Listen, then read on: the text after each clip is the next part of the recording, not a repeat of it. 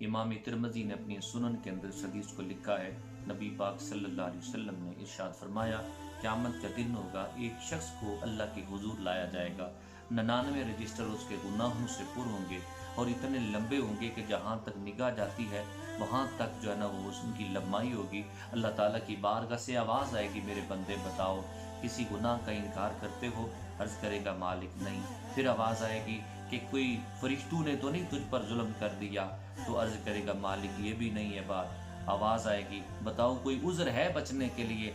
तो अर्ज़ करेगा ये मेरे मालिक कोई उज़्र भी नहीं है।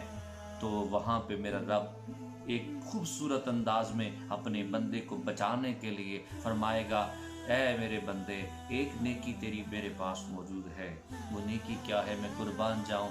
एक कलमा शहादत एक पेज पे लिखा होगा और नेकियों वाले पलड़े में रखा जाएगा। आवाज़ आएगी इसको तोलो। वो बंदा अर्ज़ करेगा मालिक 99 रजिस्टर गुनाहों के मुकाबले में एक वर्के की क्या हैसियत है?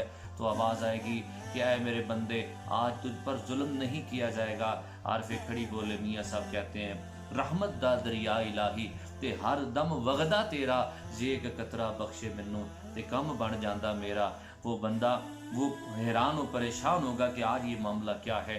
तो आवाज़ आएगी इसको तोलो तो सही। जब तोला जाएगा तो कलमा शहादत वाला पलड़ा भारी हो जाएगा। क्यों ना भारी होता?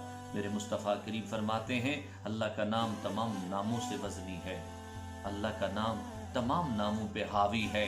जिस वर्के पे अल्लाह का नाम हो, अल्लाह के रसूल का नाम हो, वो कलमा शहादत जो हम पढ़ते हैं और उसको अपने सीने से लगा के रखते हैं और जिसको थाम के हम ज़िंदगी गुजार रहे हैं, अल्लाह करे कि ये कल हमारे लिए बख्शिश का ज़रिया बन जाए। अपने ईमान को मजबूत रखें, कलमे के साथ प्यार करें, कलमे का विर्द जारी रखें और इस कलमे के साथ वफा करें। अल्लाह ताला हमें अमल की तौफीक अता